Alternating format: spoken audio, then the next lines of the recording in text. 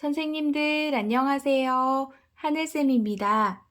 요양보호사 시험 대비 핵심 문제 지문만 쏙쏙 골라서 저와 함께 공부하도록 하겠습니다. 피부계의 노화에 따른 특성 보도록 하겠습니다. 피하 지방의 감소로 기온에 민감해지죠. 피부가 건조하고 표피가 얇아져서 탄력성이 감소합니다. 또 발톱과 손톱이 딱딱하고 두꺼워지고 잘 부서지고요. 피부가 회색으로 변하고 검버섯과 갈색 반점이 생깁니다. 상처 회복이 지연되고 궤양이 생기기 쉽고요. 피부의 건조로 소양증, 가려운 증상이 밤과 겨울에 더욱 심합니다. 머리카락은 가늘어지고요. 모근에 멜라닌 생성세포가 소실되어서 탈색이 됩니다. 입가와 뺨 등 얼굴의 털은 증가합니다.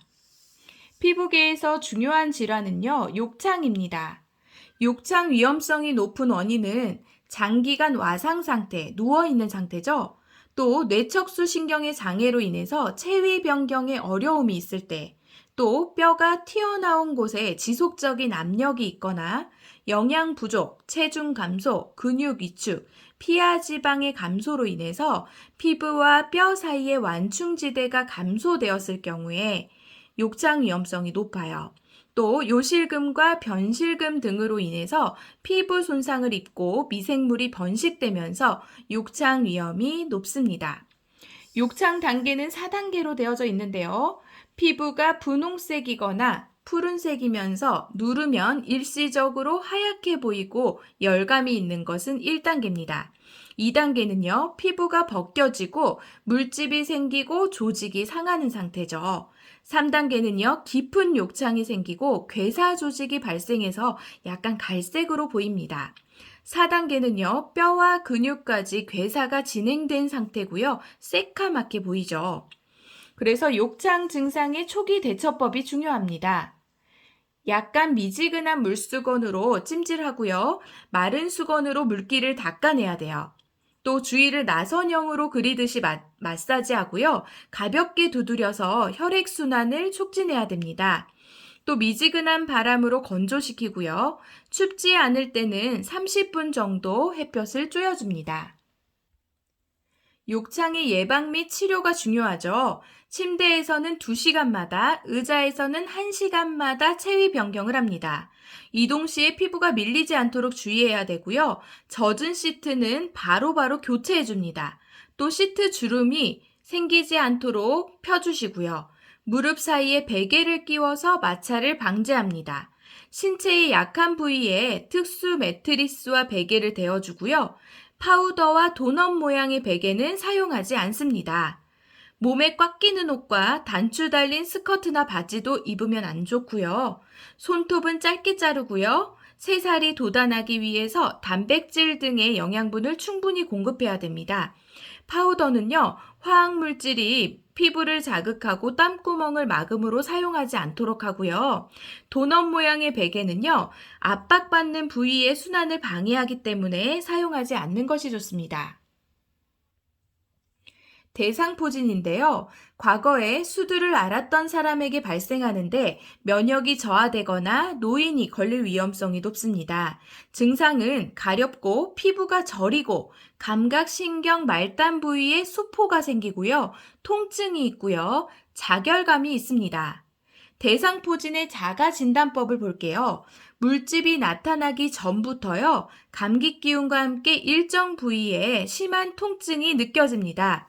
또 작은 물집이 몸의 한쪽에 전체적으로 띠 모양의 수포가 나타나고요. 물집을 중심으로 타는 듯하고 날카로운 통증의 자결감이 나타납니다.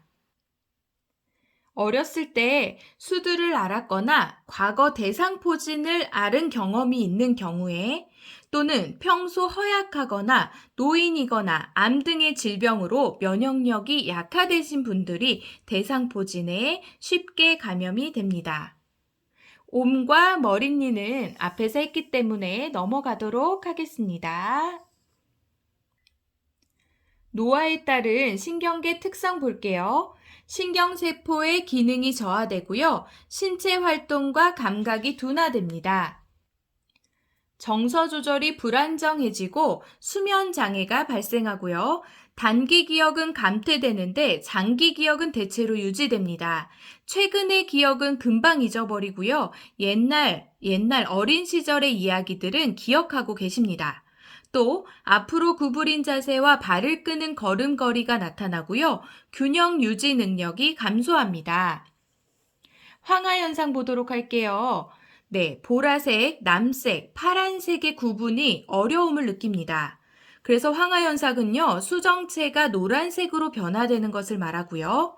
노인은 동공지름이 줄어들어서 밝은 것을 좋아하고요. 눈부심의 증가, 시력 저하 및 빛수능의 어려움 등이 나타납니다. 다음은 청각인데요. 귓바퀴에 연골이 계속 생성이 되고요. 귓바퀴가 커지고 늘어집니다. 웨이도에 가려움증과 건조증이 생기고요.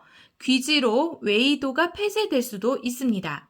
고막이 두꺼워지면서 음의 전달 능력이 감소되고요. 소리의 감수성, 말의 이해, 평형 유지에 문제가 발생하기도 해요. 또 귀에 질환이 없어도요. 이명이 나타나기도 합니다. 녹내장입니다. 녹내장은요, 안압의 상승으로 인해서 안구 통증과 시신경이 손상되어 시력이 점차 약해지는 질환입니다.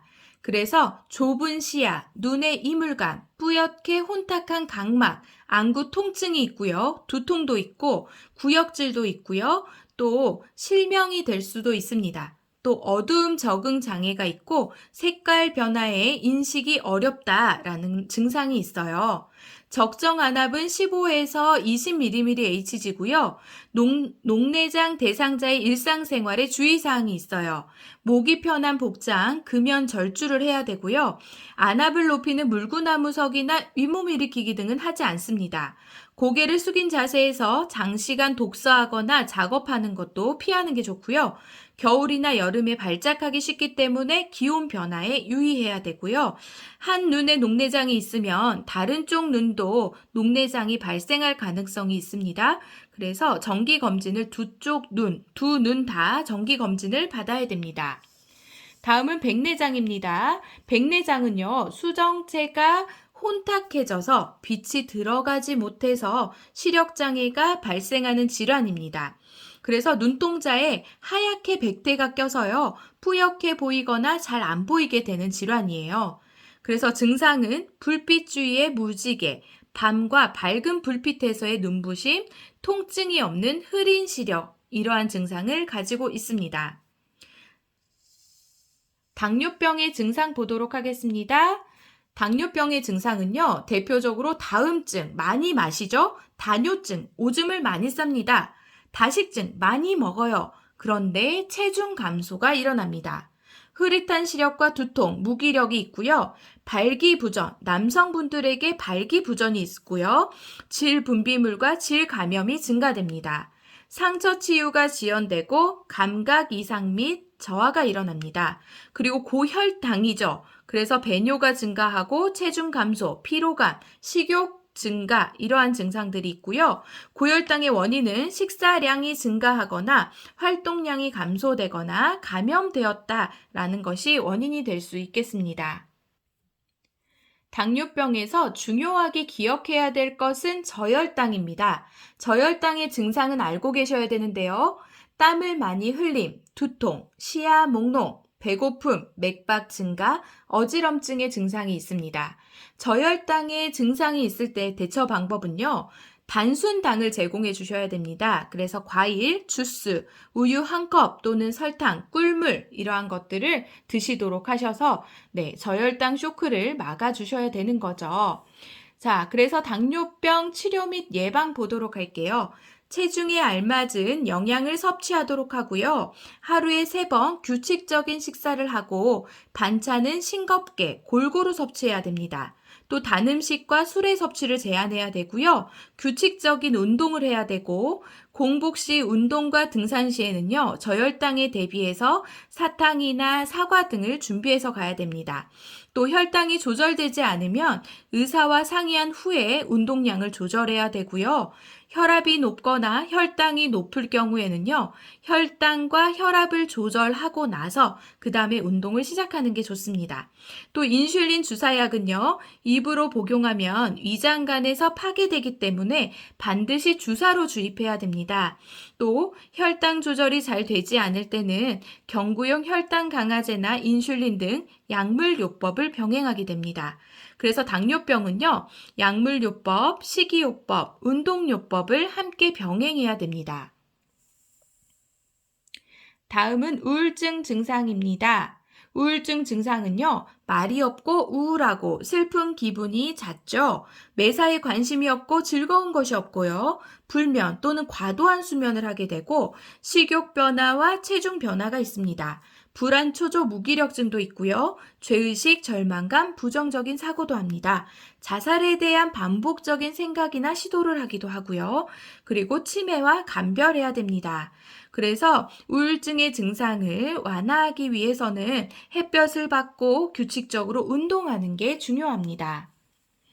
다음은 선망입니다. 선망은요, 정서 불안정, 진압력 장애, 인지 장애, 정신병적 증상이요, 수시간 내지 수일에 걸쳐서 급격하게 발생하고요, 증상 기복이 심한 것이 특징입니다. 그리고 전신 수술하면요, 하루 이틀 정도 이렇게 선망 증상이 나타날 수도 있어요. 그래서 선망의 증상을 보면 졸리운 상태에서 행동하는 사람처럼 보이고요. 의식 변화, 주의력 감퇴, 호전과 악화가 반복되고 시간, 장소, 사람에 대한 진압력 장애가 있습니다. 또 인지 장애와 초조, 지각 장애, 편집 망상, 정서 불안정 이러한 증상도 있고요. 선망은 단독으로 발생하기도 하고요. 치매와 동반으로 나타나기도 합니다. 선망의 치료 및 예방을 보도록 하겠습니다. 선망의 원인이 치료할 수 있는 것이면 우선적으로 치료하는 게 좋고요. 그리고 비약물 요법이 도움이 될 수 있습니다. 그래서 진압력을 유지하기 위해서 낮에는 창문이나 커튼을 열어서 시간을 알게 하고요. 개인 사물, 사랑하는 사람의 사진, 달력, 시계 등을 가까이 둡니다. 또 절차나 규칙, 도움을 요청할 사람이나 방법 등을 반복적으로 알려주는 것도 도움이 됩니다. 다음은 신체 통합성 유지를 위해서요. 대상자가 할 수 있는 일은요. 스스로 할 수 있도록 알려줍니다. 또 능동적인 관절 운동과 목욕, 마사지를 제공하고요. 개인의 정체성 유지를 위해서 낯선 대상자와 낯선 사람들과의 접촉은 줄여주고 친근한 가족 구성원과 자주 방문하도록 합니다. 또 초조의 관리를 하기 위해서 항상 단호하고 부드러운 목소리로 말해주고요. 부드럽게 마주 보아서 위협을 느끼지 않게 합니다. 또 착각 및 환각 관리를 위해서는요. 대상자의 말을 경청하고 현실을 확인할 수 있는 환경을 만들어줍니다. 야간에 혼돈 방지를 위해서는요. 밤에는 창문을 닫고 커튼을 치고 가벼운 야간 선망일 경우에는 방을 밝고 따뜻하게 해줍니다. 또 충분한 식사와 수분 섭취를 해서 전해질 불균형의 예방과 통증 관리 등을 통해서 예방할 수도 있겠습니다. 선생님들 공부하시느라 정말 수고 많으셨습니다. 선생님들 공부하시는 그 도전의 모습이 너무나도 멋지고 아름답습니다. 저는 항상 선생님을 응원하도록 하겠습니다. 공부에 도움이 되셨다면 구독과 좋아요, 알림 설정까지 부탁드려요. 선생님들 힘내세요. 화이팅!